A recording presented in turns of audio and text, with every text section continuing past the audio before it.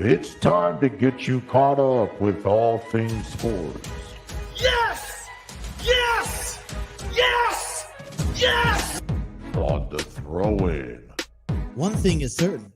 None of this is possible without you, the listeners. From baseball, football, wrestling, and more, covering local Cincinnati sports, stories, news, and highlights. Why is he always calling me meat? With your host, Justin Trento. When it's all said and done, we're going to look back and remember this is what started it all. Available on the TNC Sports Talk YouTube channel. Let's play the ball! Let's play the ball!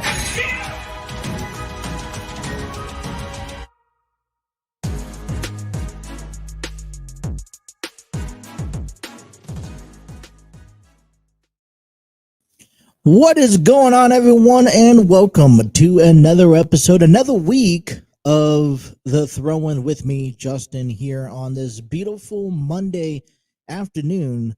It is Monday, September 11th of 2023. And wherever you guys are at, whether you guys are just getting off of work and making your way home, whether you guys are wrapping up this afternoon on work on this fine Monday, or just enjoying the beautiful weather, stay safe out there, and we welcome you guys in. What's going on, everyone? Excited to be here. Definitely a memorable Monday afternoon, September 11th, remembering 9/11. A little, I wake up today, and it is kind of more of a tradition for me the last couple of years, as 9/11 passes is it's another indication of National Football League underway.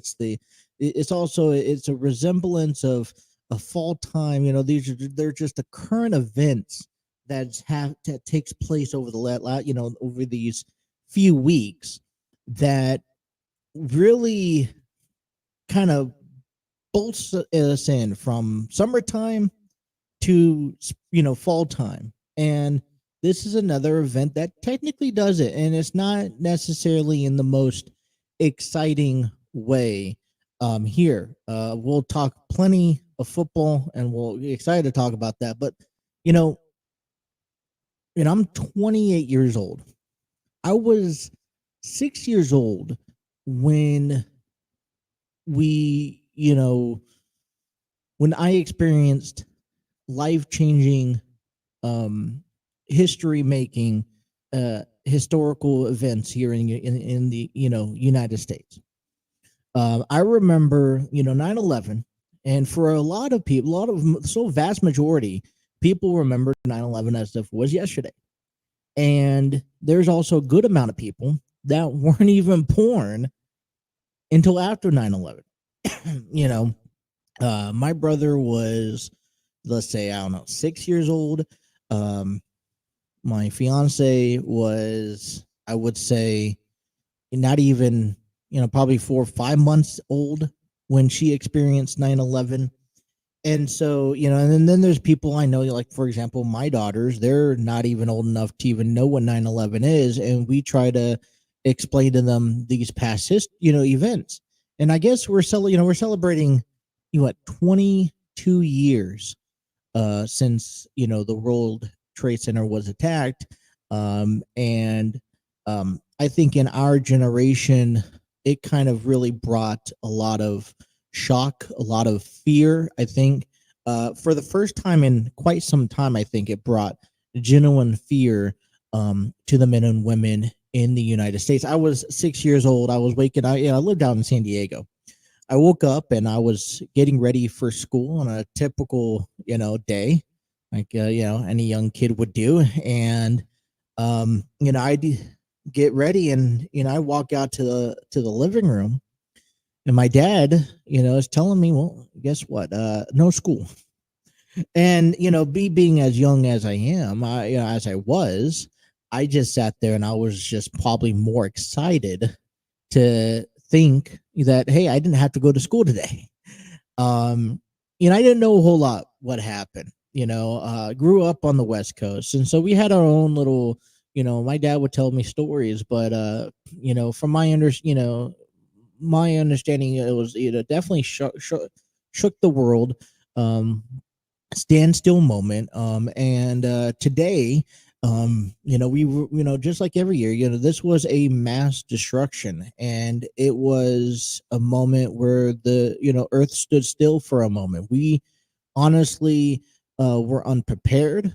We were tested. A lot of people will claim that we were weak during that time, and you talk about something as catastrophic as 9/11 that had to bring us back together.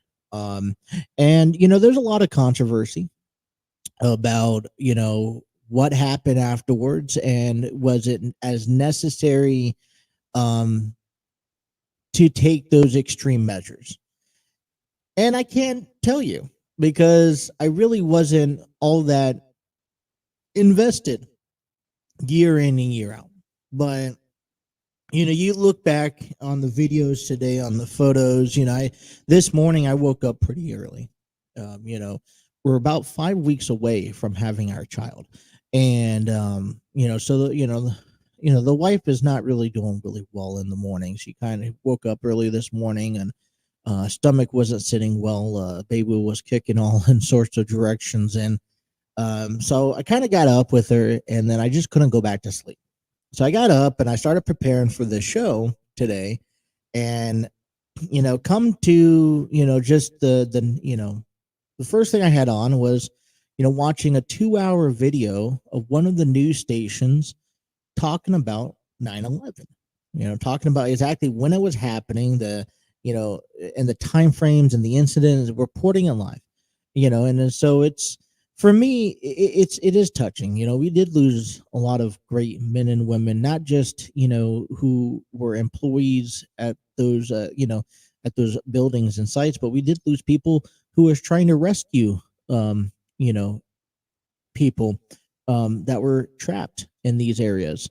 And I think it did change a lot of perspective. I remember for the longest time, I always got excited because my dad used to actually work at a nuclear power plant. If people are out on the West Coast, they kind of understand what I'm talking about there. But there is California. There's a if you're driving up the 5 freeway, there is a there's a power plant. I don't know if it's still there, or but it's a historical power plant that's called the San Onofre Power Plant. And you when you drive past it, you're halfway in between downtown San Diego and Los Angeles. And he would work there, and he was working there for several years. I remember when he was working there, I used to take his, have those events where you get to take your kids to school day type stuff. And I remember used to be able to head out to these plants, to the power plant up there, and they had 2 domes that they called them a little, I'm not going to say it on this episode, but there are 2 domes that were paired up together, and they had tops on them. And you knew it was just an indication that, hey, if you lived in San Diego, if you lived in Southern California, and you drove up and down the 5 freeway all the time, you just knew about that. And you knew when you hit that, hey, we're about an hour away from home. And so there's just those little things, just being able to look into the bottomless pit, because they would generate electricity. So they just, you see these endless pits and stuff like that. And man, I gotta say, a lot of things have changed since then. And I hope that we've learned. It's always key important that we learn from our past, we learn from our mistakes, and the way that I see the attack of 9/11, me being a little bit of a history buff, it kind of reminds me, and it's probably definitely not as significant as this, but every generation or every century seems like there's always their handful of the goods and the bads.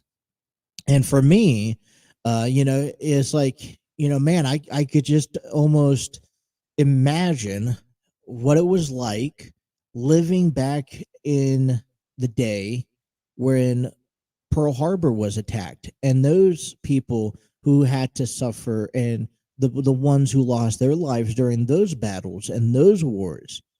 So, you know, man, it hits everyone a different way. It hits me in a certain way, definitely because I was a young kid. I think that's something that I live with forever.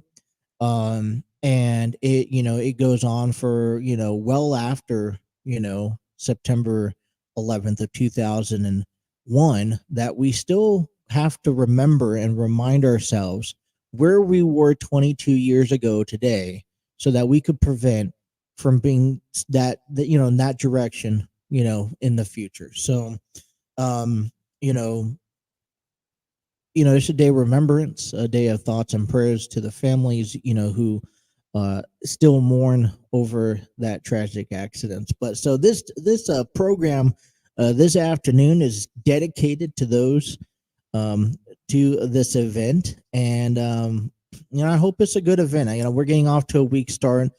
Got a few things I got to wrap up from last week. It was kind of an off week. Try to get a couple episodes done. It didn't really work the way that I planned, but we're back at it again here on this Monday. And the first thing that comes to my mind is, boy, week one is officially kind of in the books. We have Monday Night Football tonight in about 3 hours, where the Buffalo Bills go on to MetLife Stadium and take on the New York Jets. And I'm sure that the Jets will like a better performance than, out of a home, game than what the Giants put on last night after getting shut out 40-0, man. 40-0. I gotta say that, there's two ways to think about this. And one thing we'll talk later on in our program, but there is just, week one is full of the unexpected, and when I say the unexpected, I really mean the unexpected. Anything could happen, because all 32 teams are 0-0. You can sit there and judge each and every player, each and every staff on every organization, and say, all right, he's going to make it. He's going to suck. This team is not going to win a single game of the year, or this team is going to go undefeated. And until they get out there onto the field, and until they play football and play a full-on game, then you really just can't tell. And we'll talk about the Bengals losing, and I think it's an embarrassing loss that they had against the Cleveland Browns back on Sunday. But, I mean, for example, here's a prime example. The Detroit Lions beat the Kansas City Chiefs, the defending Super Bowl champions, back on Thursday night. Week one, first game of the season at Arrowhead Stadium. The Lions, Jared Goff, okay, and the Lions beat the Chiefs 21-20 to kick off this football season. And I'm just thinking to myself, this is a perfect resemblance. I felt like it was a perfect way to kick off the season. Okay, because if you are the Chiefs, you're not worried about a loss. You're losing to the Lions. Yeah, it's a bit embarrassing. Yeah, it's not the way that you want to kick off the season. But the Chiefs, there's no doubt. I could talk to any Chiefs fans now today, and they're going to sit here and tell me that there's no doubt that they're going back to the playoffs. They actually have so much confidence that they're going to go on and win the Super Bowl. Compared to if I talk to a Bengals fan, I may get a more of a mixed 50-50. So the Chiefs' loss on Thursday doesn't quite mean anything to them. It just, hey, let's brush it off. Let's go back and do it again next week.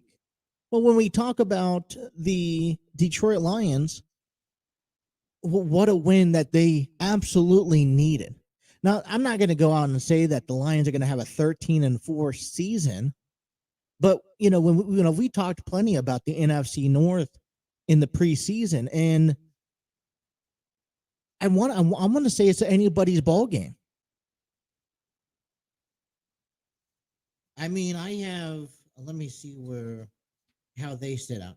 So you had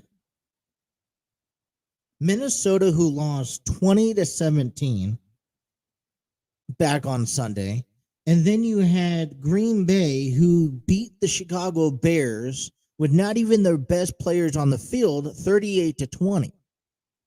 Okay, I just think a win. This is a momentum for the Lions that carried in from the end of last season into this season, and if you have a chance. If anyone has a chance at the division, it starts week 1.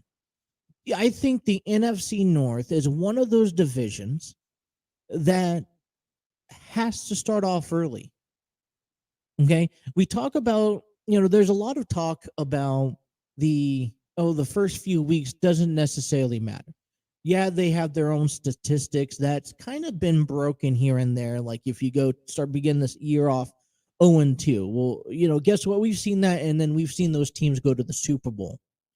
So I'm not really worried about statistics. Yeah, it is when you get off to an 0-2, 0-3 start, it is that much difficult because you are now 2 games behind the race after, in October, and you really just don't want that. But overall, okay, we sit here and, the Lions needed the win, and now they have their advantage wherever they're heading off to next week in week 2. And, at least they have this win under their belt. One more win closer to maybe sealing a faith in this year's NFC postseason. So kudos to the Lions. But then everyone gets excited about the Dallas Cowboys. I get a lot of people on social media going like the Cowboys are going to win the Super. Before the game, people are saying, all right, Cowboys are eliminated from the playoffs. And that's just a joking matter. They do that each and every year before the season even starts. But then there's people, because they did a 40-0 shutout against the New York Giants in the pouring rain, which I think I'm flabbergasted to see the amount of rain in all these ball games. The Giants and Cowboys game, there was a lot of rain in Cincinnati and Cleveland's ball game. And, this is week 1 of NFL. So, yeah, listen, we'll talk about some of the games today. And some of the games have definitely changed and, it kind of surprised some people. But don't get to work, that's just the nature of football. And I just don't want to get overworked up for, okay, well, the Bengals lost, so we're going to, head our heads down and say, oh, well, we're going to focus on next year's season. Or, because, the Raiders beat the Broncos, the Raiders are, favored to win the AFC West, because none of that's true. But we will talk about some overrated, some underrated scenarios yesterday. We'll talk about the Cincinnati Reds, who avoided a sweep against the Cardinals over this weekend. And I got to say, they're fighting to stay alive in the postseason. Okay. Game and a half back in the wild card. They have today off. They will begin a 3-game series against the Detroit Tigers on the road coming up tomorrow. So we'll talk about that mainly tomorrow. But, hey, we got Hunter Green. We got Nick. I got Hunter Green, Joey Votto, and Jonathan India back. So stay tuned. We got a 2-hour program, a little bit of everything to talk about here on this Monday afternoon, dedication to 9/11. If you guys are watching us on our YouTube, Facebook, Twitter page, thank you. Hit that like button. Hit that share button, share it with your friend. Let us know that we're live right now. Leave a comment, get involved in the conversations. I want to hear from you guys. What do you guys think of week 1 of the NFL? Okay. If you guys are listening to us on our audio platforms, we thank you. Be sure to download every episode, and leave a review. You could also check us out on our website at www.tncsportstalkshow.com. That is www.tncsportstalkshow.com. sportstalkshow.com, where you can get all the blogs, all the videos, all the audio platforms. Everything is on there. If you want to become a guest on our show down the road, email us, contact us through our website. That is www.tncsportstalkshow.com. All right, let's take our first time out of the afternoon. Come on back, talk some more sports. You guys are listening to The Throw-In here on the TNC Sports Talk YouTube channel.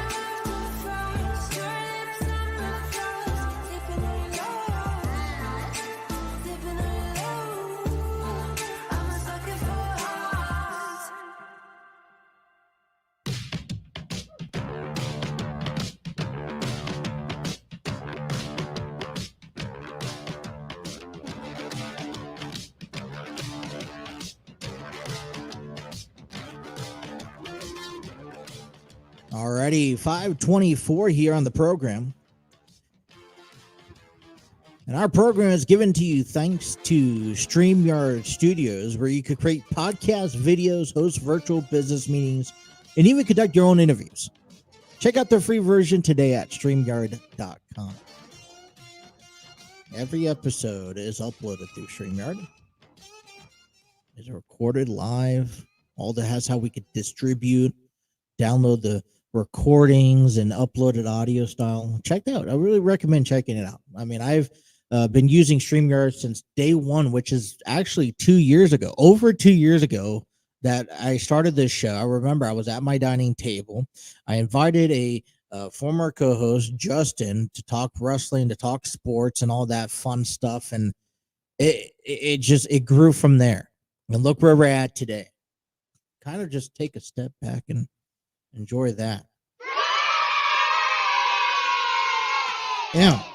All right. So I want to apologize, you guys, because football, the predictions, and it didn't really go as well as planned. I made our prediction in the NFC, went through every team in the AFC East, and then lack of episodes didn't fill in the rest of the division in time. So I kind of want to just share with you real quick before we get into week one, the predictions I had.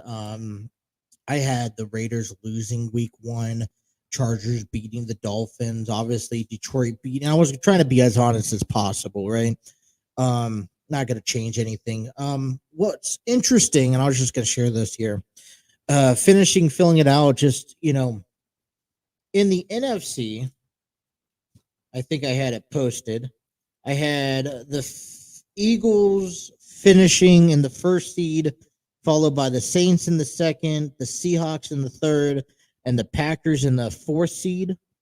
And then I had the Cowboys, the 49ers, and the New York Giants as the three wildcard teams to enter in.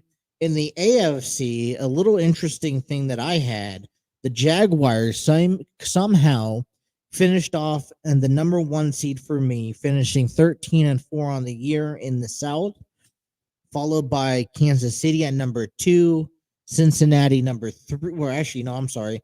Jacksonville. I got Jacksonville finishing off number 1 seed, the Bengals finishing off number 2 seed, followed by the Kansas City Chiefs and then the Buffalo Bills.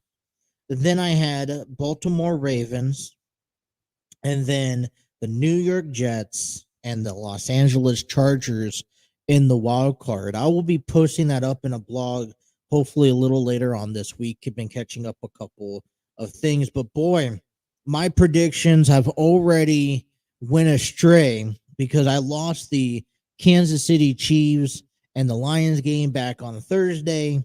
I chose the Panthers and the Falcons won. Ravens beat the Texans. Browns beat the Bengals. Jaguars beat the Colts. And I was thinking, I was like, this is an interesting note. I was reading some of the stats because I can't get to every game. Do you know that CJ Stroud, the quarterback for the Houston Texans, made history by catching his very first NFL career pass? I thought that was funny. I was watching the highlights. If you guys didn't catch it on NFL.com or on Twitter, where he was throwing, he was getting ready to throw the ball. Okay, this was early on in the first quarter, and it got deflected, and he ended up recovering his deflection from the attempted pass. CJ Stroud caught his very first NFL career pass.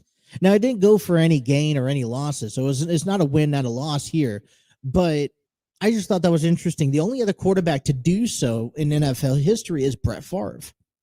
So, I mean, the Texans did end up losing. Let me see here, against the Ravens, 25-9.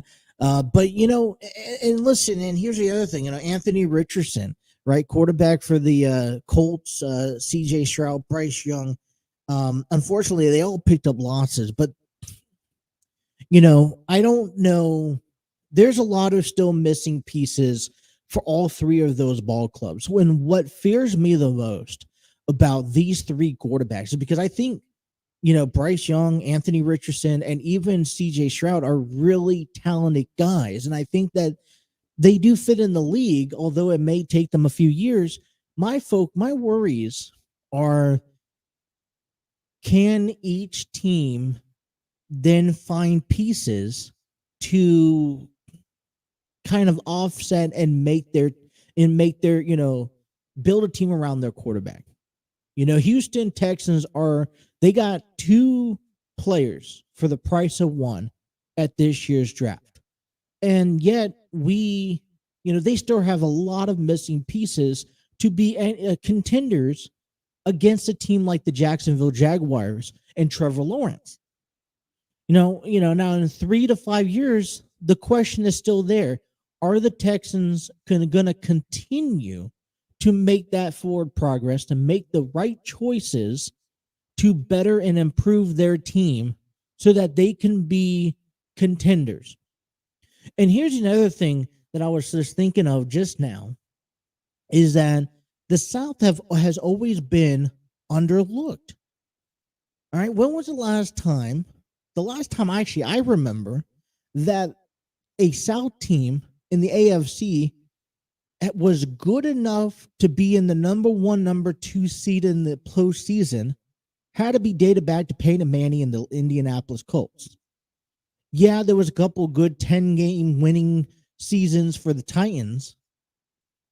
And maybe every once in a while you get a fluke team out of the Jaguars or Texans to find a way to make it to the postseason. But there are nothing to talk about considering consistency. Unless it was, like I said, Peyton Manning and the Colts. So I feel like the South has always been overlooked. And this is where the making sense of my AFC predictions slide right in, because Trevor Lawrence, he's only growing. He was exposed last year. Look at what he was capable of doing last year, taking his team and losing. I mean, yeah, he lost against the Kansas City Chiefs, but hey, Kansas City is one of the better teams in the AFC, nonetheless in the NFL. Don't expect a team like Trevor Lawrence, who are still growing, and I don't even think people expected them to be in the divisional game. I don't think anyone expected, maybe unless you're in Jacksonville or Miami alone, expected to beat the Chargers in the wild card weekend, game. So who knows? Who knows? And this is part of that whole anything could happen in the NFL. Talking about anything that can happen, man. Let's not hit the panic button quite yet. But if you talk about the Cleveland Browns beating up the Cincinnati Bengals 24-3, almost felt like Andy Dalton was back at quarterback. Don't forget Giovanni Bernard. It's nothing too much. We know what Joe Burrow can and cannot do during the regular season, right? And especially in Cleveland. He's had a bad streak in Cleveland. Okay, it's given. What concerned me about yesterday's game was a few things, and I'm going to save Joe Burrow to the end.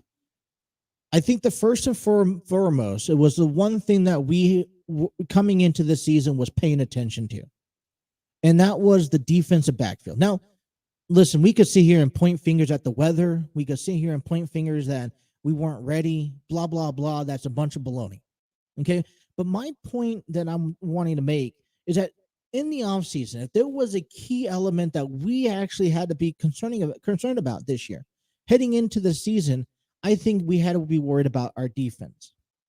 And when I say be worried about our defense, is that we lost not 1, not 2, but 3 key players that we couldn't sign. This is not the same Bengals team that we saw last year or even 2 years ago when they went to the postseason. They're younger. They're inexperienced. I mean, I think the talent is there. I want to say the talent is there. And I saw on social media that, we were penny pinching. Therefore, that's why we didn't really re-sign anyone. No, I think what ended up happening, because we did, let's celebrate the fact that we finally got Joe Burrow on a new contract deal. But I think we had to open up some salary cap because we really did not know exactly how much he was going to cost. And is it worth keeping Eli Apple and Jesse Bates and T. Higgins, and I guess not T. Higgins, but is it worth keeping 5 or 6 guys if we can't give Joe Burrow the money or the contract that he so desperately wants? And Joe Burrow says, hey, he comes on social media and he says, hey, listen, I want to be a Bengals for life. Great. And he's willing to take a pay cut, probably. I don't know. I'm not Joe Burrow. I'm not going to try to analyze that. Okay, I haven't talked to him one-on-one, and until I do, and he tells me to my face saying, hey, I'm willing to take a pay cut to, just like, Patrick Mahomes, who went out before the season and said, hey, listen, I'd rather share the wealth and take a pay cut so that my other players, because and it's not just about me. I'm not the only one playing this game. I'm not the only one taking this team to the Super Bowl. We have Travis Kelce here. We have, you had Tyreek Hill. You have all these players. You have my offensive line you got to pay. So, he took a pay cut, which I applaud. I give a round of applause to Patrick Mahomes. I respect him that much more. Joe Burrow wants to stay in Cincinnati. He's worked out a deal. Apparently now he's the highest paying contract. I think maybe there's a lot of expectations. Hey, you got paid, now you can play. One of the concerns that you run in to this, situation when you don't have a top tier, defense anymore is that you got to have more performance out of your quarterback. And let's not forget about the injury that he already sustained at, first day of practice. One of my, let's talk about conspiracies. If we, show Shell here, was he 100% yesterday? And that's where I question the motives, to the point where, listen, they weren't going to win the game. We knew late in the fourth quarter. So guess what? Try to analyze this. Why continue putting your quarterback out there in conditions that are not going to benefit him at a game that you're not going to be able to come back at? Why continue to put him out there? I thought putting Jake Browning in was good for the Bengals, and you guys could look at it however you guys please to do so, but I thought it was a good idea to bring Jake Browning in. All right, I know Joe Burrow had a tough game. He wasn't finding his footing. He wasn't, nothing was going the Bengals' way offensively. And I am concerned. Did he come back 100%? It goes back to me saying this leading up to the game, was that we still don't, people are saying that the status of his calf injury is that he's good to go. Well, this could take weeks. He could easily re-aggravate it. And now we could rely on Jake Browning. And he could actually injure this calf and be gone for a lot longer period of time. Well, now, the other thing is too, is that, statistically, he doesn't hold his end up on the bargain when it comes down to the Browns. And that's just a given fact. He tried. I hope that it doesn't come back to cost him any, because now we have to kind of reset the clock and say, all right, we got the Ravens at home this weekend. And if that meant that Burrow did not play Sunday, so that we could make sure that maybe, if he was at 95, 96% heading into, this last weekend's game against the Browns, and that meant that, hey, if he sat out so he could be 100% against the Ravens that extra week, that's fine. But I think there has to be an understanding here as a fan. One, we have a young, unexperienced defense that is going to give up points. We know that. We also got to understand that, I saw good things out of our offensive line. It was a crappy weather. We got to get offensive momentum going, and hopefully we could do it with better weather conditions, because it's supposed to be nice outside at Paycor Stadium this weekend. Hopefully it stays that way. But you're going up against Lamar Jackson. You're going up against, the Baltimore Ravens, who have things locked and set, and they just got done beating the Texans 25-9. So if you want to consider this a warm-up matchup, great. My concern is heading into this number one game already on a Monday, is that Joe, what is the health status for Joe Burrow? How much did yesterday's game in the weather knock him down? So I guess time will see. But I mean, it was definitely not the most interesting game to watch. And kind of by the time it was halftime, I was wanting to turn it.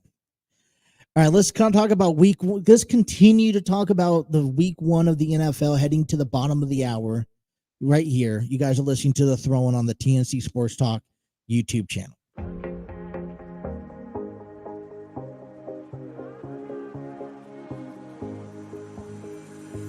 Looking back at the good times before it all went down. Climbed right up on the hillside, a different view of my life. You left me running on and on, but I don't care, would you let me in? You said goodbye like everything's gone, everything that we could have been. But I know you're my liability. Yeah, I know you're my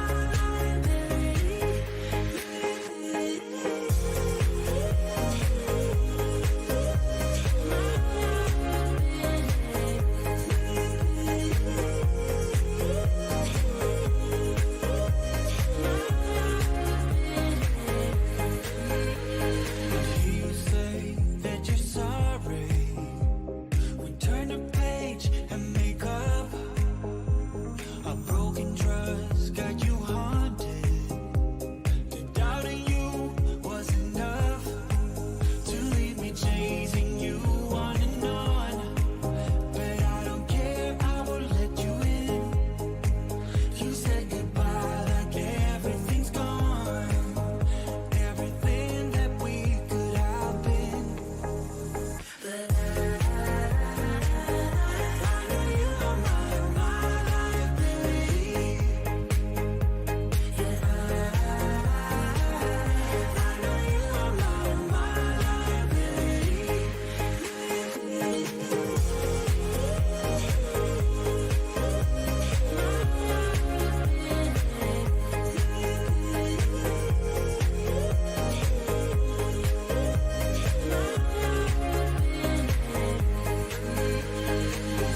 Oh, what a hopeless case we could be. Yeah. Oh, what a hopeless place that we're in. But I'm your liability. I know you are my liability. Yeah, I know you are my liability.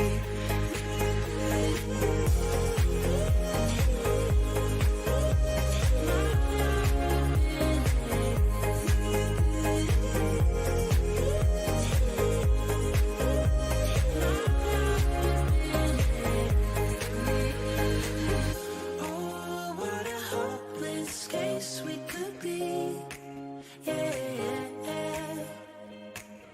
Oh, what a hopeless place that we're in. But I'm your liability.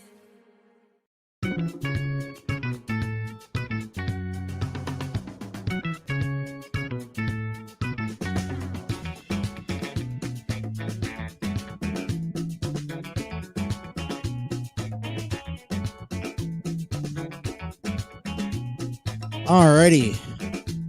5:44 on a 2-hour program, taking guys up until 7 o'clock on this fine September 11th, Monday afternoon, as we also get ready for, I would say, a pretty interesting matchup between the Buffalo Bills and the New York Jets. And I know that there's a lot of hype and a lot of talk heading into this, and I just sneezed, and now my airways are kind of cleared up. And man, Anyways, I just don't want it to run or bleed or anything like that. But you know what? All right, so it's going to be Josh Allen taking on Aaron Rodgers. And there's a lot of hype talking about this game. There's a lot of hype coming into the season for both teams. The Buffalo Bills are one of the teams that are still expected to remain at the top of their division. Okay. Just like the Kansas City Chiefs, I think until the Chargers or the Raiders or even the Broncos can prove the NFL world wrong and knock off the Kansas City Chiefs, it's like betting against Tom Brady. You just don't do it. It's like betting against the Dodgers. You take them whenever you get a chance as far as possible until you really can believe that they cannot make it over that hump no more. And so when it comes down to the Bills, you got Tua Tagovailoa, and I think that they've gotten the Dolphins have gotten better this year with Tyreek Hill and a couple other decent players that they've added on. And the way that they performed yesterday against the Chargers, I was expecting the Chargers to walk away with the victory. As a matter of fact, I had them walking away with the victory. And it was a back and forth shootout to the point where the Dolphins only won by 2 points. The Patriots ended up losing to the Eagles 25-20. And now we're coming down to Monday Night Football, where there should be a winner between the Bills and the Jets.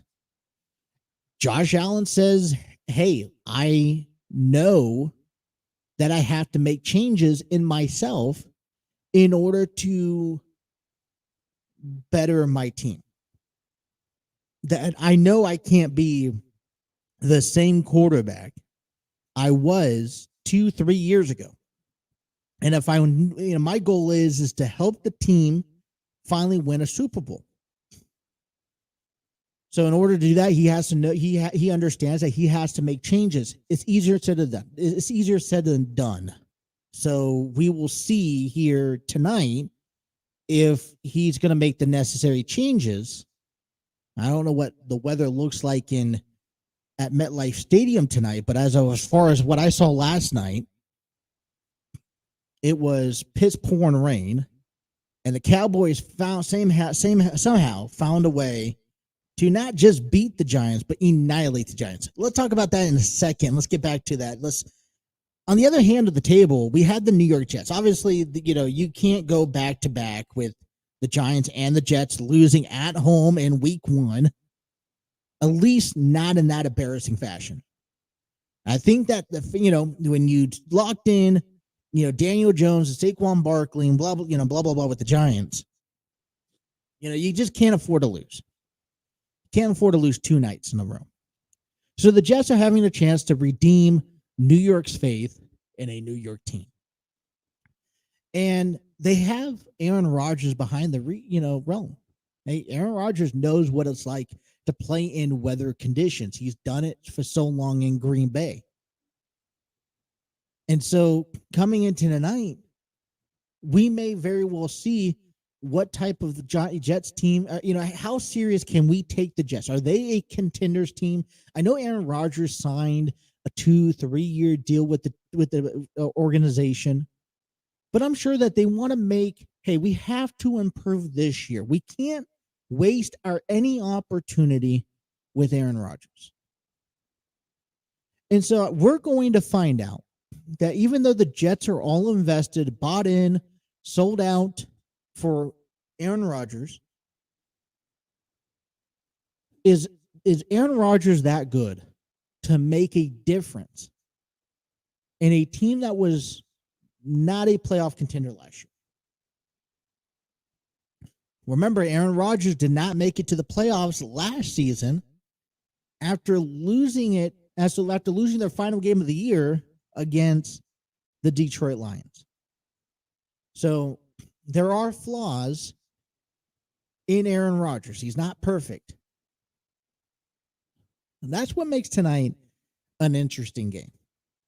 You check it out tonight.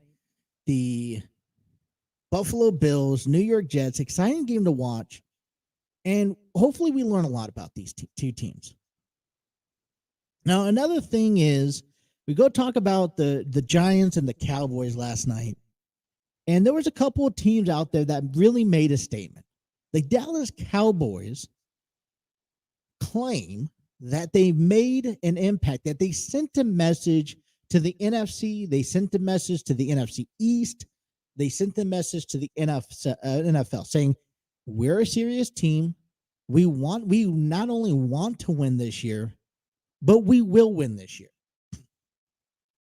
And so, I mean, I like that.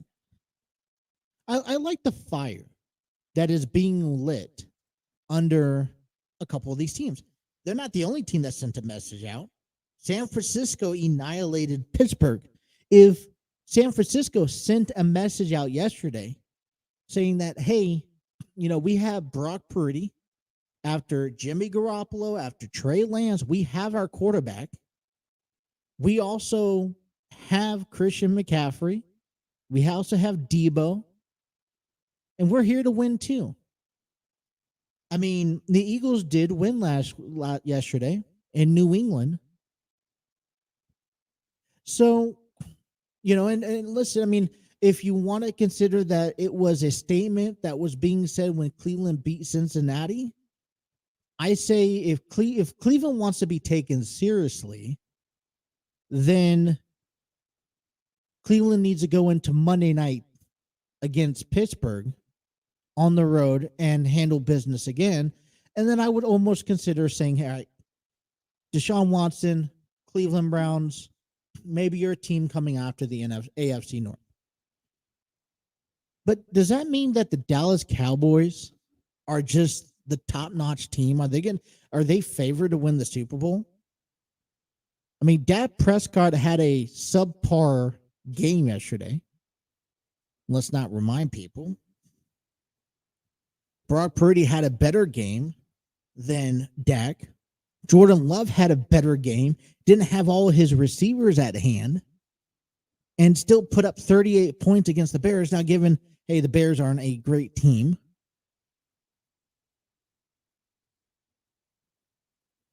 A quarterback that really impressed me yesterday had to be Tua Tagovailoa. Now, I don't know if the Dolphins are contender teams this year or not, but for a guy who's probably been overlooked because of his concussions and his injuries and the drama that wasn't always necessarily his fault last season, and I'd say it was time to put it up. But he really stepped up to the plate, and he performed in Los Angeles. If I had to choose a game that was probably a game of the week in my book, it was Miami and the Chargers. That was just a throw-out battle. I still think, listen, there is an expectation for the Dallas Cowboys and the San Francisco 49ers that they have to be good. And making these statements and now proclaiming that you're putting the team, NFL league on notice, I think now just ups that ante. And if the Cowboys go on and lose this coming up week, boy, I tell you, we have some problems. Trevor Lawrence looks comfortable. Deshaun Watson's also looking pretty locked in, set at quarterback. Atlanta Falcons, I think, surprised a lot of people, I think, in winning their first game of the season. Let me see here. I think the Rams, another impressive win. I think a win that we did not expect for the Rams to do or to have, to go into Seattle, to beat Geno Smith and Pete Carroll in week 1, 30-13. Can't say that wasn't impressive. Overall, I think we can say we go back to Thursday night when the Lions beat the Chiefs, and we say that this week just shows that You can predict everything you want to predict. Okay?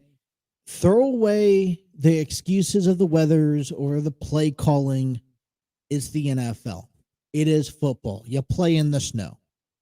Things happen. Be able to adjust. You know why the Bengals didn't win? You know why the Giants didn't win? Because they didn't adjust offensively. If you know the ball is going to be slippery, or if you know that there's going to be more trouble in the passing game, and you sit here and say, all right, well, what do? We have to adjust, and we have to play towards the run game. And defensively, they're making the adjustment and saying, all right, their defense is going to adjust to our run game, and they're going to blitz, and they're going to bring pressure. Well, we have to adjust to that. So it's a lot of adjusting, and these two teams did not walk away with the win. And as a matter of fact, they got embarrassed, I would say. Because if I'm a Bengal fan right now, I'm pretty embarrassed how badly. It's not the fact that we lost, it was just how badly we lost. How we showed nothing after all the hype that people are leading us into the season. We've shown nothing for it. Week 1 concludes tonight. Monday Night Football, Bills, Jets. Exciting for the final game of the Week 1. We'll jump into Week 2. You know what is also exciting to talk about? Because it wasn't all bad news yesterday. Kentucky Wildcats beat Eastern Kentucky 28-17. Cincinnati beat Pittsburgh 27-21, went to 2-0 on the record.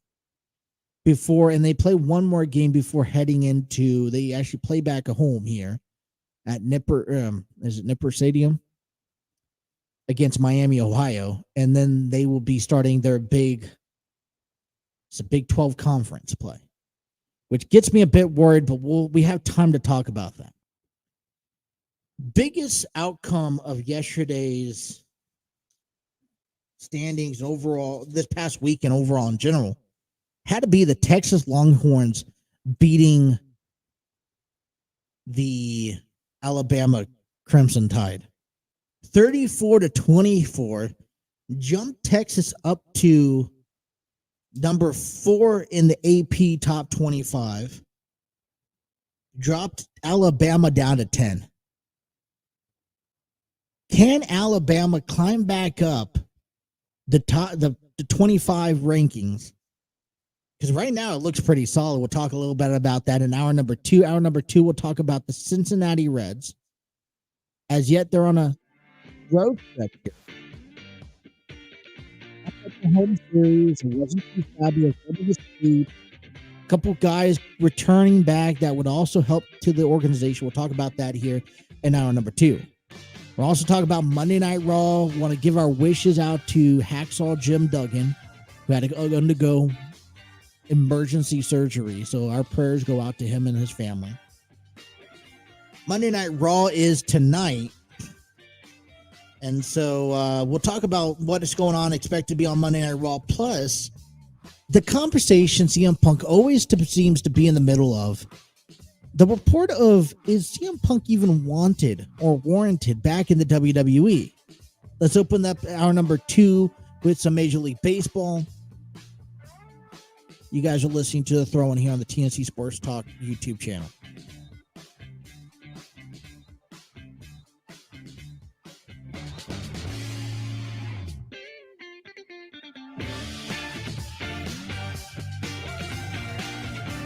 About to leave, already packing. Come with me, I'm not really asking. We'll get away to a place where we don't know.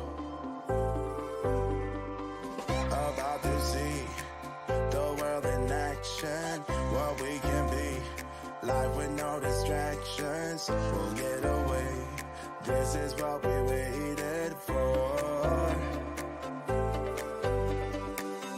Take my hand, we'll make it somehow. We can't miss out.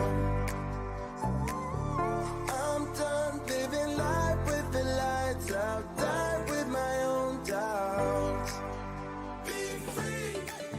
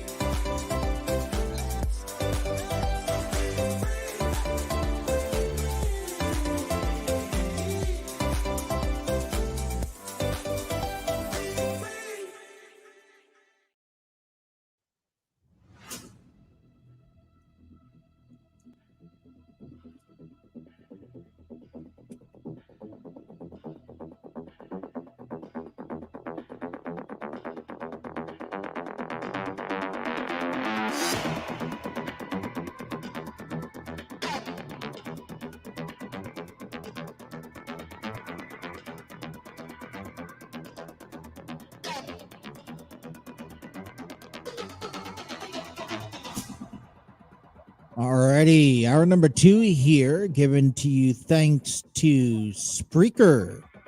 From iHeartRadio, Spreaker can upload podcasts to all major distributions, such as Apple Podcasts, Google Podcasts, iHeartRadio, and more. Be able to upload your own podcast, view analytics, and be able to monetize an affordable income. Check out their free option today at Spreaker.com. In hour number 2, like I said, we want to just take the moment and remember 9/11. It's interesting, stories about 9/11 and not just, just the day that, life's still getting a chance to be off. Very big day for sports. Games were canceled. Remember when, Friday night SmackDown, or I think it was like on Tuesday or Thursday nights. Anyways, they had a special ceremony. Football, when baseball returned, it was a very big deal. And, sports is one of those nonverbal, gatherings that people just, you can forget about everything that is going on, whether it's basketball, football, baseball, wrestling, hockey, whatever sport it is that you're into, soccer, football, the football, whatever you want to say. I apologize. Anyways, it is a time for people to forget about everything that's going on in the world. Come together, and whether you're rooting for one team and you have a couple friends that are rooting for 2 separate teams, whatever the case may be, it's just a time to come together and enjoy and celebrate life and celebrate the fun part that is everything that's fun that's provided. So, when we brought back sports, I don't think there was, no one knew how we were going to come out, of this. But all we knew is that we relied on baseball, we relied on football, we relied on wrestling, stuff like that to keep us going because of everything that took place. So those were definitely touching moments. All right, let's get down into business. Before we talk about more sports, gotta do my due diligence, a little bit of homework, a little bit of TLC here. Talk about a website called Aspire and Glow. It's actually local business right down the street from where I'm actually at. It's actually located in Crescent Springs, Kentucky.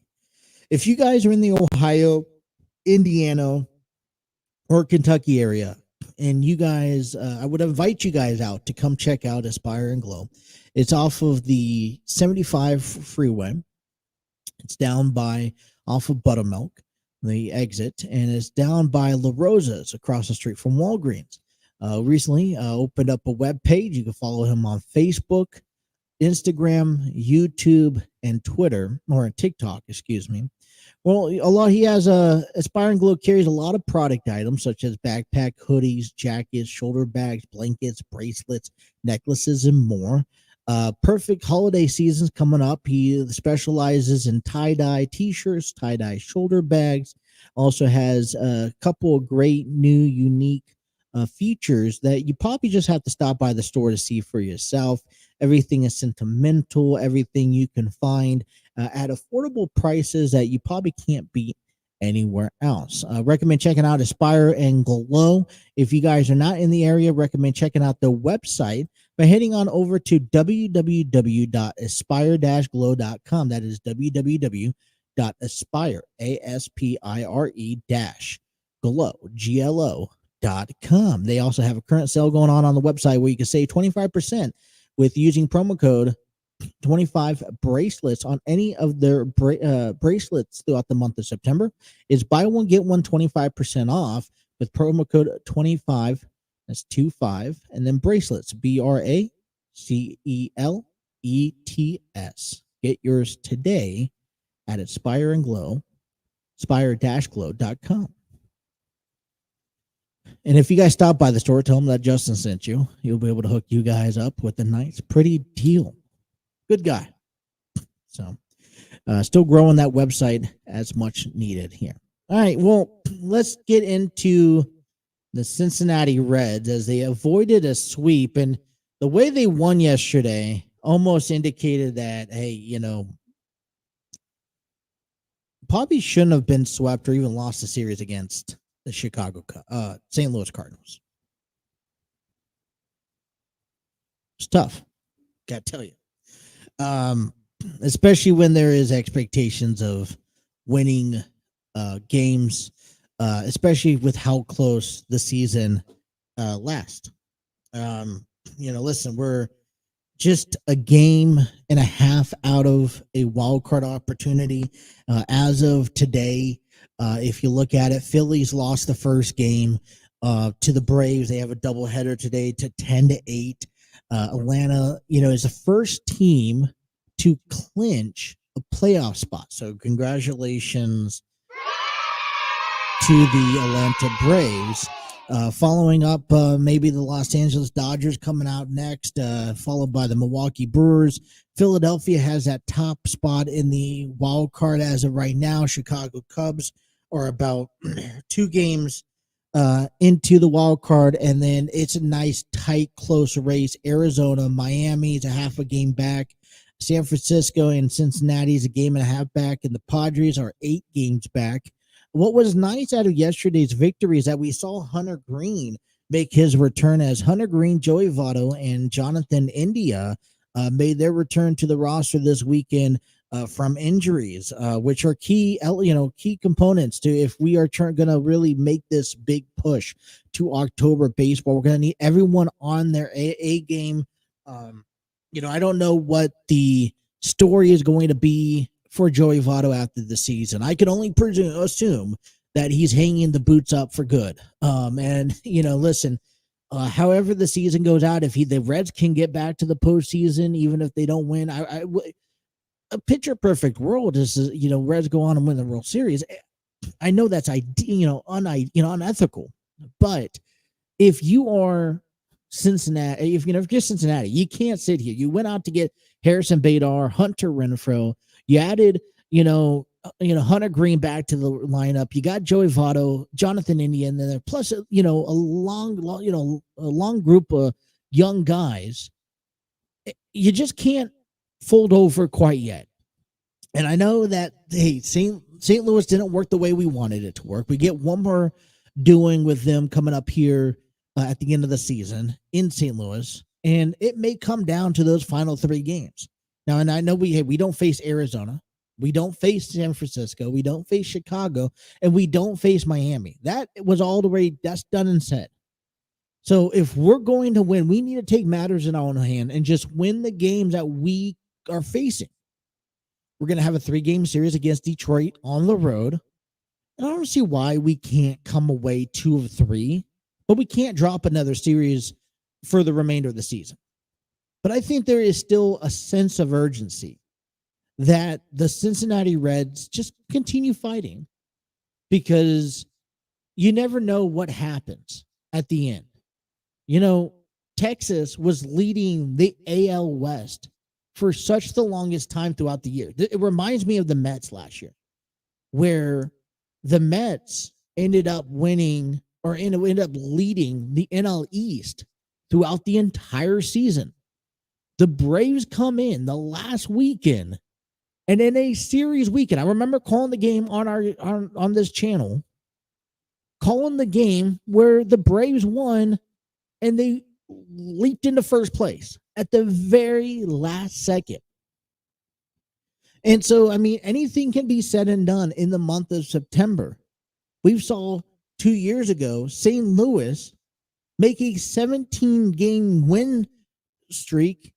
Not necessarily a win streak, but they had a 17-game winning month in September that bolstered them into the postseason. Remember when Cincinnati was in that hunt, and then they got knocked out by the Cardinals.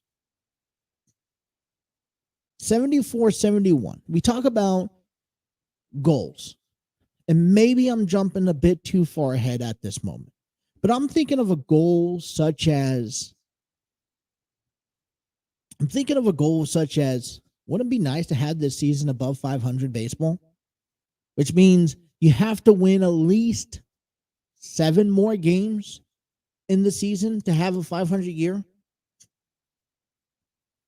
I think, now we could sit here and talk about, Noelvi Marte suffered a face contusion. He got hit with the ball after fielding a grounder from Ellie De La Cruz yesterday during practice. Got cut open. He may be scratched for a few days. But there is that still sense of urgency between the young guys, between the older guys, to come together for the last 3 weeks of the 4 weeks of the season and say, hey, listen, let's give it all we got. We're not going to win every game. Let's try not to lose every series and give ourselves, if we could win every series here on out and we still don't make it to the postseason, hey, we tried. And I'm okay with that. So that's how the NL playoff race is looking at right now. The AL playoff race right now, Baltimore's leading it at number 1 seed. Houston's following right behind them. Minnesota, Tampa Bay, Toronto, and Seattle has the wild card. Texas are a half a game back, and they're just kind of slowly itching themselves out. Boston's a solid 6 games back, and New York is a solid 8 games back.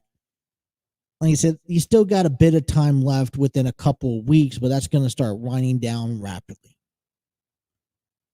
But I got to tell you, it is, this is what September baseball is about, right? I think we've said this plenty of times. Games to watch tonight, Arizona, New York, we want to stay close.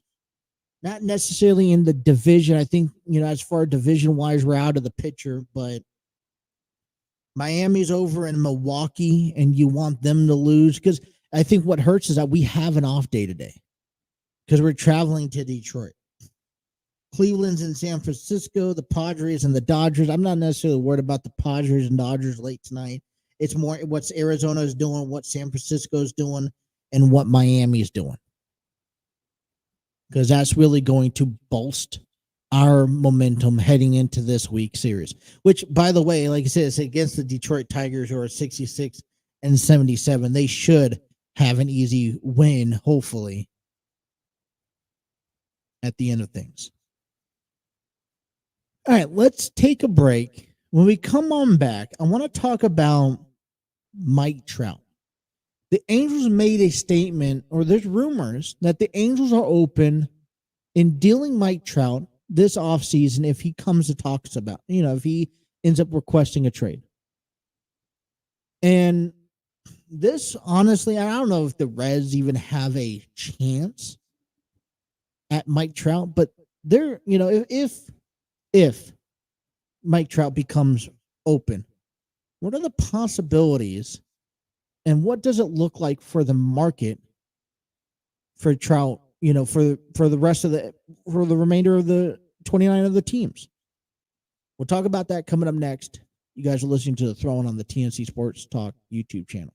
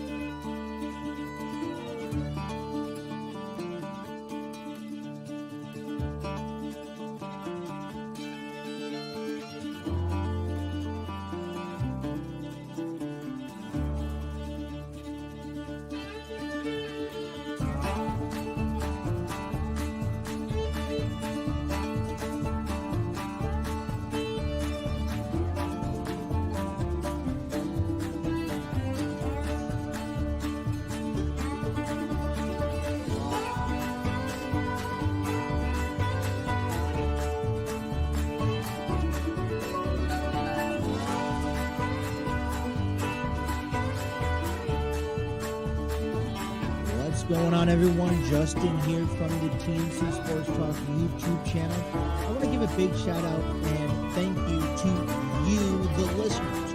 That's right. Without you guys, none of this is possible. I would also like to take the time and invite you out to our merchandise page, thanks to T Public. Our merchandise page is where you can find all of our brandings from the fallon, which is currently active weekly, to the TNC Sports Talk official brands, to either the prior shows that was part of the TNC Sports Talk Foundation. Within all the brandings, you can select t-shirts in both men and female sizes, apparel such as hoodies, kids onesies, kids t-shirts, phone cases, notebooks, coffee mugs. They have a vast majority. This is why I love T Public. And right now, if you spend $80 or more, you get free shipping. And so we want to invite you out to our merchandise page by heading on over to tpublic.com/user/TNC-sports-talk, or even using the QR code up in the right-hand corner. We want to thank you guys again, the listeners, for supporting us, and we hope to see you guys out wearing our merchandise.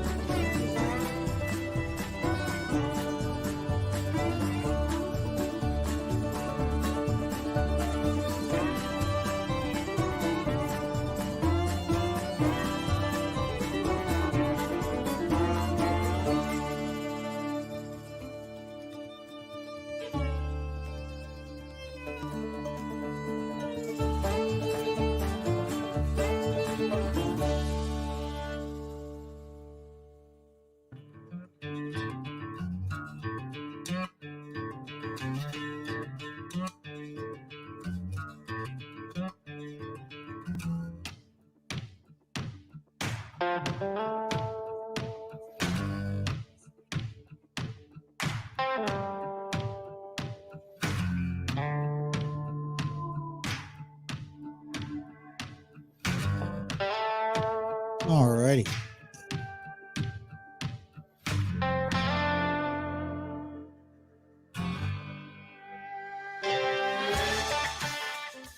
I'd like to take this time to give a big shout out to Epidemic Sound. Discover your world-class artists, composers, and bands. Find the perfect soundtrack and give your social media accounts the music they deserve. Epidemic Sound is a royalty-free music link. For more information, check out epidemicsound.com. All the music coming back from break, going into break, is given to you thanks to Epidemic Sound. Also want to give a big shout out to Canva. Canva is a platform online that you can create videos, presentations, any pop-ups of art that you see on the screen, the commercial breaks that we have incorporated into our program is given to you thanks to Canva. Great. They kind of, it's all two in one. They're really very creative in what they use. So I want to give a big shout out to Canva in that sense for providing the platform that we can use to be able to post those type of stuff up on our video, on our programs, videos, whatever you want to call it, etc., etc. So thank you to Canva and Epidemic Sound. All right, continuing hour number 2 as we get ready for Monday Night Football, Bills, Jets, right? Aaron Rodgers taking on Josh Allen. We'll also talk a little bit in this bottom half of hour number 2 about Monday Night Raw, and it's something that came across my Facebook page during the break that I thought was interesting, was that this is officially the last Raw, Monday Night Raw, that is going to close out the McMahon's era.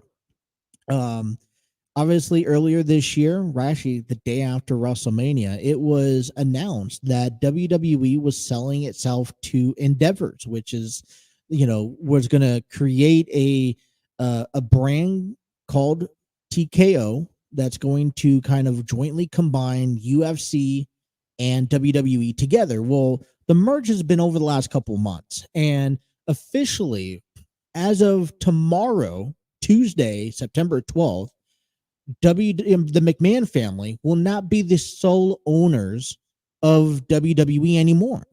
Okay, the merge will be complete as of tomorrow. So tonight on Monday Night Raw, the big question that popped up was if we possibly would see the McMahon family for one last time. We talk about generations, decades of wrestling provided from the WWE under the only ownership in the McMahon family. We talk about Vince McMahon, we talk about Linda, Stephanie, Shane, even Hunter, part of that McMahon family there.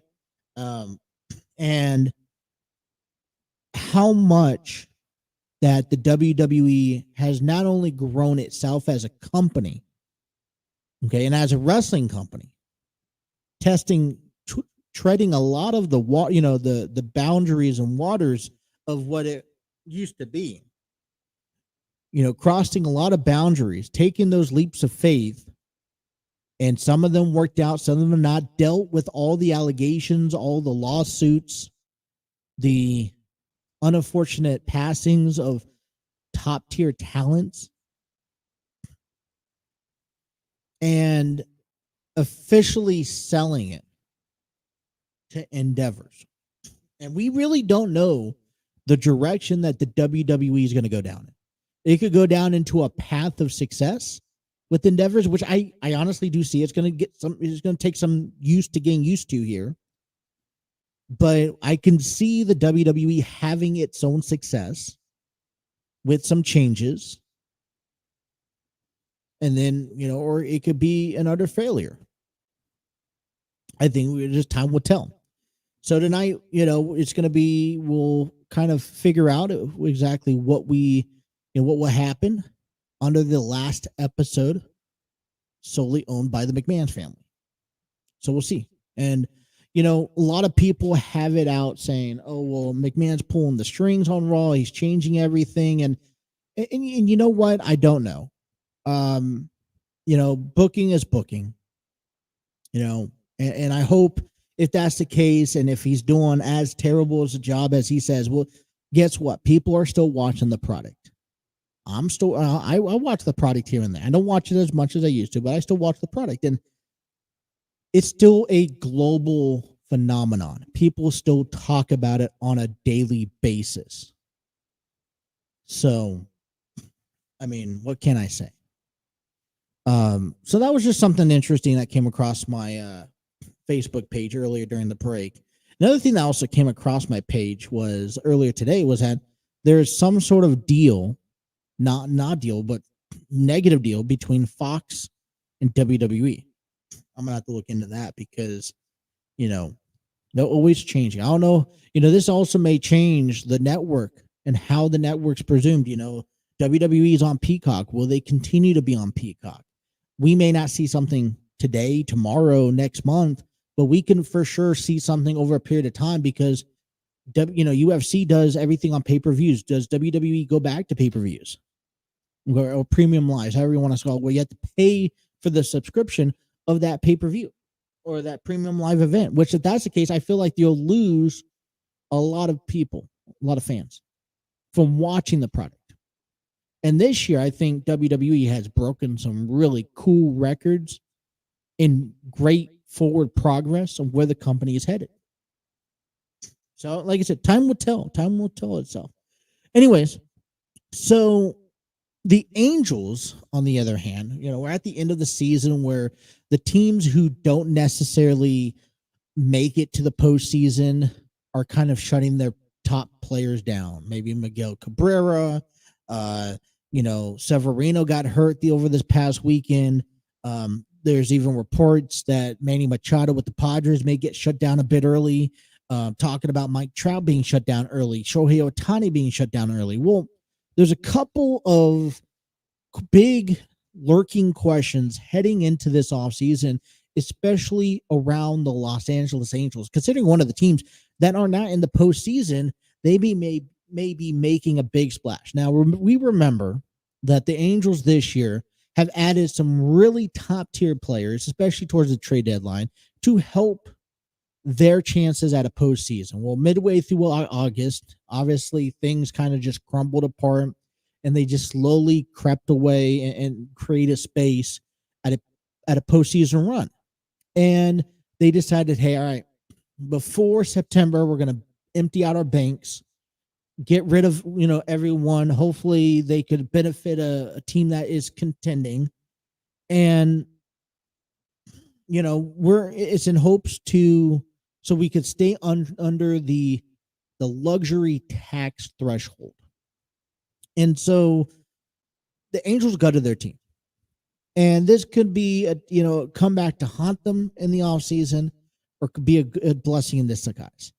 One of the big reasons why they also built so high up was because they wanted to convince, this year was the year that the Angels needed to convince either Shohei Ohtani and Mike Trout that this was a team that they would want to be on long term. That this was a team that's making forward progress to go to the postseason. And obviously they had a good run. And I feel like every year the Angels are making a decent run for the first 3-4 months of the season, and then at the back end they crumble and they disappear. They fall off the planet of the earth. Well, we know Shohei Ohtani is not coming back. I don't think Shohei Ohtani is coming back in the Angels uniform. And if he signs a contract extension, he deserves, first of all, both Ohtani and Mike Trout deserve to be get paid. I think Mike Trout he's a bit more questionable because he's been in the league a bit longer. But when you talk about a prime player like Ohtani, like I said, you can't compare this kid to anybody on the roster or anybody playing in Major League Baseball today, a decade ago, 5 decades ago. You can't even compare Ohtani to Babe Ruth, which is, arguably, Mickey Mantle. There's just no comparisons. He's on a different atmosphere when you compare him to some of the legends. So when we circle back is what's going to happen this offseason. I'm pretty confident Shohei Ohtani is going to go to a team, because he didn't come from Japan just to play for the Angels in a red in a red and white uniform for his entire career. He's going to go to a team that is, one, ready to win, the Dodgers, and then 2, I think has the most money. Dodgers, Yankees, possibly. I don't think the Phillies will be in the contingency, maybe Red Sox, possibly. But if a team is going to grab Ohtani, the attention span, okay, it has to be, 1, you have to be a World Series contender now. And 2, you have to have the money. Now, think of teams that are already maybe out of the question. Well, Atlanta Braves, I think they're locked up. They have all their players set for the next 4 or 5 years, right? Throughout 30-30. And they've kind of kept them all young and going. Well, the Dodgers, I think, is the only team that has the money, that has the availability to squeeze them in, and that could possibly use a two-way player. Now, does that mean the Dodgers go to the World Series and win the World Series each and every year? Absolutely not. I mean, there's only time will tell. But, who can beat the Dodgers at this moment? Does the Yankees beat the Dodgers at this moment? Probably. Could be. Possibly contenders in this contract deal. Who else could really cough up the money? And when let's can the Reds cough up the money? Let's ask us that question first. I don't think the Reds could cough up that money. They've invested in the Hunter Green, and I think that's just kind of where they're just going to stick at. Plus, they have this process that they've believed in since day one, and so moving in, that's what they're going to stick with. But just imagine what it's going to be like to have a two-way player at the top of your free agent market coming into the offseason this year.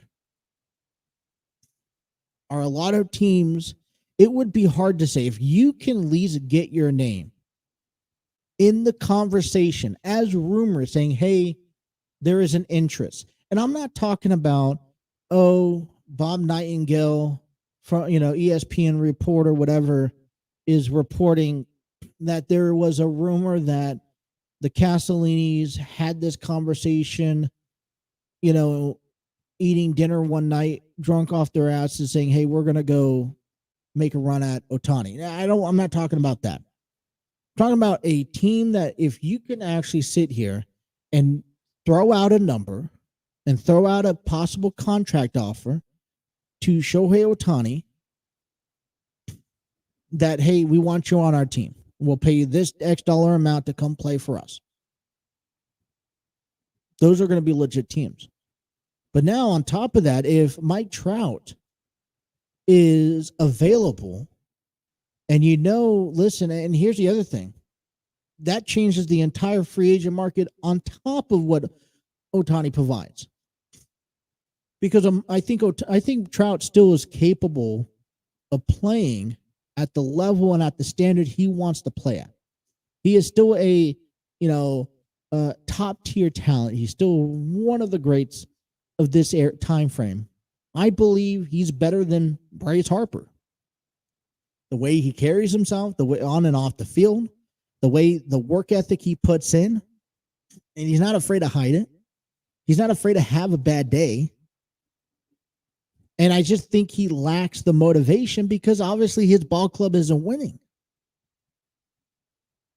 So if Mike Trout says, listen, Angel fans, I love you guys. I wish I could stay here for the remainder of my career, but I would like to win or be on an organization that has an opportunity to play in October. And unfortunately, nothing against the Angels organization. We're not winning.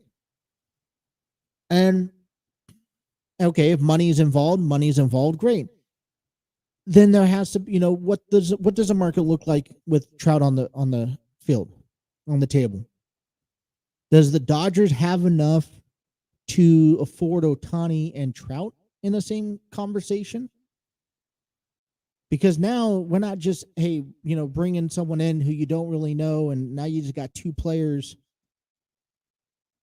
You got to find, they're going to be asking for a ton of money, and you're going to probably want to lock them up for a 5, 7, 10-year deal.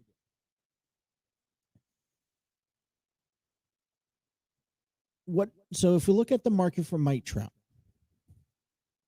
I think obviously the first question that has to come down to is, does he stay on the West Coast?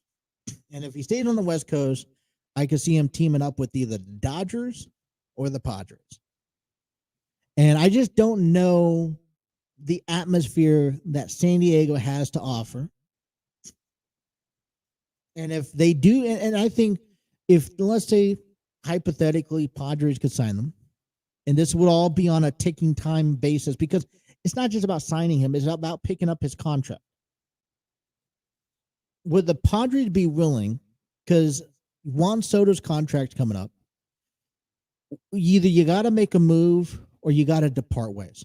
So what are the Padres going to do? Are the Padres going to sign Juan Soto for that long-term deal, keep Juan Soto, keep Manny Machado, keep, Fernando Tatis all bundled up together and say, all right, you know what? This year was a fluke. We're going to go into next year and we'll have a better year. Or do you say, all right, you know what? Mike Trout will probably look better in the Padres uniform. Let's trade some of whatever we have left of our farm system up north to Riverside. And let's bring Trout down here. Juan Soto, I just can't work out a deal with you. And if I can, you're going to have to take a pay cut. Is that worth it? I don't think so. Dodgers, I think the Dodgers go do whatever they want to do. Trout works either way. I just think, Dodgers kind of are, are in that reset mode. And it's amazing to say that, hey, you could be on a rebuild mode and still be as successful as Los Angeles is. But, so the Dodgers never off the table. Yankees, I don't think Trout will go over to the Yankees. I think they're stacked as is. And then maybe possibly Phillies. I mean, Who to tell? But let's look at the question here on the Cincinnati side. Realistically, if we can afford Shohei or Mike Trout, I think Mike Trout would be more better suit for us, although he's going to probably be more of a DH, designated hitter. And the problem that I have with that is that if he's a DH, because Drake Fraley out and left, you have Fraley out and left, he's a left-handed batter. You have Friedel out there, he's a left-handed batter. Benson, I don't know if he's returning next year. And Fairchild in center, which is a right-hander batter. So Trout does fit in the outfield in Cincinnati. The problem I have, I just don't see them making the effort. There's too invested into the younger guys to sit here and say, all right, let me make a authentic offer. And is Trout worth the trade of, you're going to probably have to trade Ellie De La Cruz. I mean, maybe you are really stacked in the infield and you say, all right, let's Neovy Marte. Is he worth going over to, Los Angeles? Is it worth sending Christian Encarnacion Strand? And then I think the last thing that you would have to go back and ask yourself, if you are Reds looking interesting, seriously interested in looking into a Mike Trout deal, not just prospects, but is what we're giving up going to make up in the wins with Mike Trout in the roster? Because we need Mike Trout for 162 games. And even if he takes a load off the outfield, and maybe even if he doesn't, he slides on into the lineup as a DH. I don't know if that bat is solid enough to give you that extra few wins to get you over that hump. It could be good, could be a change in atmosphere. I don't know. Interesting conversations in the middle of September leading into October, leading into the offseason to the big questions. But I guess, hey, one game at a time. All right, let's take our last break of the evening. When we come on back, we're going to talk about CM Punk. He always seems to make the news. This time, is it worth him coming back to the WWE? Let's open that conversation up when we come on back. You guys are listening to The Throw-In here on the TNC Sports Talk YouTube channel.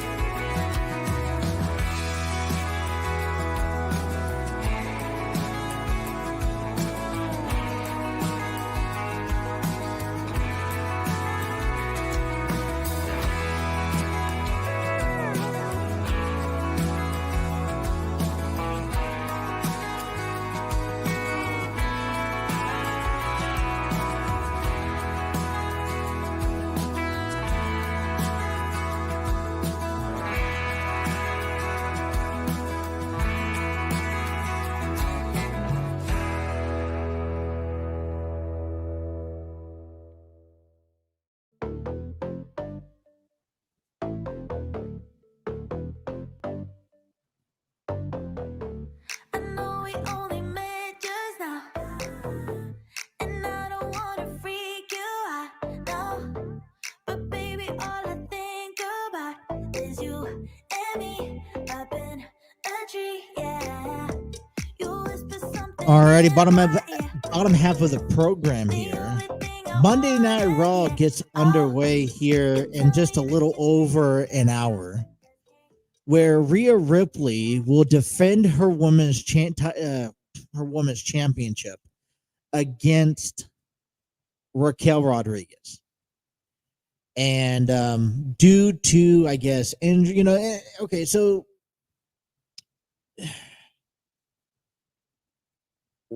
it's been a while since we talked about WWE. And so I guess Rhea and Raquel, I was expecting for SummerSlam. Obviously, that didn't happen. Trish and Becky expected for SummerSlam. That didn't happen. And so, we saw a nice main event last week on Raw between Becky and Zoe Starks.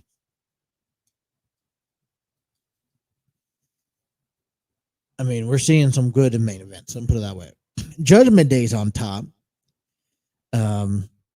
Yeah, I'm gonna have to really kind of just get back to you guys on WWE here later. But they're tonight, and like I said, I think the bigger question is, Endeavor is officially taking over as of tomorrow. The company TKO, which was created to combine World Wrestling Entertainment and UFC, will officially unite tomorrow.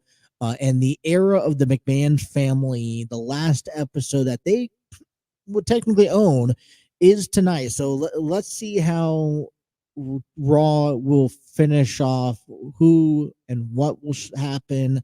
And I'm going to say this, okay? Whether you guys like it or not, whether you guys think it's time or not, Vince McMahon and the McMahon family has been a huge part of our lives, not just because of WWE, well, mainly because of WWE. But if it wasn't without them, especially, Vince McMahon, some of the stuff that we see today probably wouldn't be possible. Or what we would probably see happen is another company step in and take control. And who knows where we will be at today in professional wrestling. Everything was territorial back in the day, up until Vince McMahon started pushing that territorial space. And that means that Vince had to step outside his comfort zone. He had to make enemies. He started the Monday Night Wars because of growing Raw and pushing space and television deals and stuff that just wasn't, I think, heard of at the time. Okay. So when you look at WWE, look at where it came from today, a lot of it has to be thanks to Vince McMahon. It's either it's going to work or it's not going to work. When it comes down, WrestleMania was just a, fairy dust in the wind until he actually did it. It was either going to fail or wasn't going to fail. Guess what? It's probably one of the big, it's equivalent to the Super Bowl. I would honestly argue to say it's bigger than the Super Bowl, because the Super Bowl, yeah, you get a sold out arena, you got a football game. Great. But WrestleMania is where everyone from across the globe comes to one place for not one, but now 2 nights. And this is not just 2 nights event. I mean, and I haven't heard about this whole week-long event that they used to do. I don't know how much they do it, but in the same town, it brings millions of dollars to a town, to a community that needs it. So, I mean, it's a phenomenon. It's growing still. We're learning to step outside our comfort. If you thought 30 years ago, stepping outside our comfort zone was unheard, was like unethical, well, let's think of now. We're stepping outside our comfort zone. And guess what? I know we don't like to go international. I think it was an adjustment to a lot of us when we decided, hey, we're going to start doing these bigger shows, not in the States. But we were going to get there eventually. So let's see what happens tonight. We got to talk about CM Punk right after this quick ad.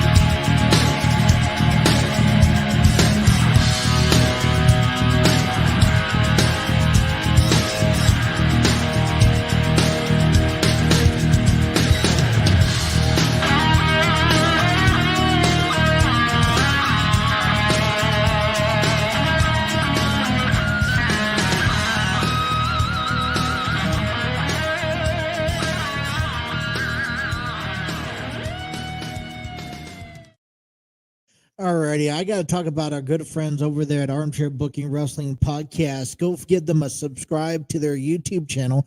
Also, be sure to follow them on all social media platforms at Armchair Booking Podcast, where Steve Barber and Dwaylon Davis sit down, records episodes, nothing but wrestling conversations. Their latest episode on the Armchair Booking Wrestling Podcast is Gunther Makes Intercontinental Title History. That was posted 3 days ago. It has 97 views. So go check out their latest video. Dwaylon is an encyclopedia when it comes down to wrestling knowledge. And Steve Barber, well, he has the looks. Also, go check out their individual podcasts as well. Dwaylon has audio podcast called Intellectual Rockstar. As Steve also has a audio podcast out with Cubicle Chat. Be sure to follow them and check out what they have to say about professional wrestling. All right, this is where wrestling becomes. It seems like CM Punk always just makes the news, in my opinion. And you know what? I want to put this down to bed, So CM Punk got fired from Tony Khan and AEW just about a week ago. And there's already rumors in conversations about, well, it just make sense to bring CM Punk back to the WWE? Survivor Series is going to be in Chicago.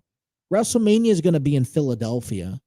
I mean, this would be probably best for business, if you think of it, if the WWE could get some sort of deal done with CM Punk. And coming up to my mind instantly when I hear this news, I'm not a big fan of CM Punk coming back to the WWE. The drama that he had with AEW constantly, right, is the same amount of drama that he was starting up in WWE. It was just behind closed doors. It wasn't really known to the public as much as it was today. So would I like to see CM Punk have a run at WWE? I think so. I'm going to be honest with you. I truly believe that CM Punk could have a run in the WWE. But is it best for business? And you know what? I'm going to actually go on a limb and say it could be better for business. There would have to be a lot of controlled agreements if it comes down to this. Now, this isn't going to be a Vince McMahon decision. This isn't going to be a Hunter decision. I think morally, this is probably going to be an Endeavor's decision. And it all depends what type of relationship CM Punk had back in the day. And I think, and I know Endeavor doesn't really necessarily play around with this type of stuff either. It makes sense to have CM Punk in the ring in the WWE. I think you should make it short, simple, sweet if you do. I don't think he needs to get too deep into anything. My number one question is, what kind of feud are you going to have between Survivor Series and WrestleMania to highlight CM Punk? Cody Rhodes, maybe? But I don't know if if CM Punk is on the path to Cody Rhodes becoming champion again. Does CM Punk become champion again? We saw what happened last time. He walked out on the company, and I don't think you would want that again. Roman Reigns, he's definitely not someone to dethrone Roman. So realistically, if let's say Punk does come back to the WWE, which I can't say would be bad for business. I can't say I wouldn't like to see him at least on one positive run before he says, hey, let's hang it up. Who is he going to be facing throughout the duration? And what type of opponent can you see him facing at WrestleMania? What, John Cena again? I just don't. They're on two separate paths. I just don't see crossing anytime soon. I don't see CM Punk ending a career. I guess who is in the WWE right now that could possibly end Punk's career? Because it goes to the old saying in professional wrestling that when it's time for you to leave your boots in the ring, you go out laying on your back, at least 99% of the time. Okay, so what, Edge? Because it could very well be Edge's last run. But I wouldn't really necessarily say let's respark that fire, whatever fire that was. This is where I get stuck because I don't quite see a solution for this. Could it work? Could the WWE make it work? Of course they could. But my biggest concern is what type of drama does CM Punk bring backstage when he comes to WWE? There's a reason, they departed ways. Okay, they had their issues back a decade ago. AEW has their issues again, with CM Punk that's already known to the public. Who says CM Punk doesn't come back and start issues? And it just goes utterly wrong. I don't know. I think I'm lost in limbo when it comes down to this because I have mixed emotions. I would just for me, if it was up to me, I would stay away from CM Punk as far away as possible when it comes down to letting him anywhere near your business. That's just my opinion. But if anyone can make it work, I think WWE could make it work. The timing is right. CM Punk has already came out to the public saying that he wanted, he would be down and be willing for another shot or run at the WWE. I just think that if that is something that is in the hindsight, it has to be an all-controlled dispense. And we already know the history a little bit between Punk and Hunter. I'm not seeing Hunter get in the ring because of his medical conditions. Taker's not getting in the ring. Shawn's not getting in the ring. I just don't know who is going to be the one that either puts Punk out or gets Punk over. And I really don't know. I mean, yeah, he may get a great reaction in Philadelphia. He may get a superior reaction in Chicago, of course. I just don't know how the WWE would give the reaction, especially if it goes south and this is a PG-13 show. AEW, you could say a lot of things, and in WWE, you kind of can't. And if CM Punk does go back to the WWE, guess what? There's a lot of material that you can use that both AEW and WWE can use when it comes down to talking and mic promos against CM Punk. So I don't know. Let me know what you guys think. All right, we are wrapping up our episode here this afternoon. I want to thank everyone for tuning in. If you guys can hit that like, share, and subscribe button, we will be back tomorrow to get you guys ready for the Reds and Tigers series game 1 in Detroit starting up tomorrow as the playoff race continues. Bills, Jets later on tonight, Monday Night Raw. We'll talk about that. Also, other news lurking around the NFL. I know there's a whole bunch of news on this Monday. We can't cover that in all in the 2 hours. All right, that's all the time we have. We want to thank everyone. And until tomorrow, guys, take care. Enjoy the rest of your September 11th of 2023. All right, until next time, you guys are watching The Throw-In here on the TNC Sports Talk YouTube channel. Take care. Have a good day.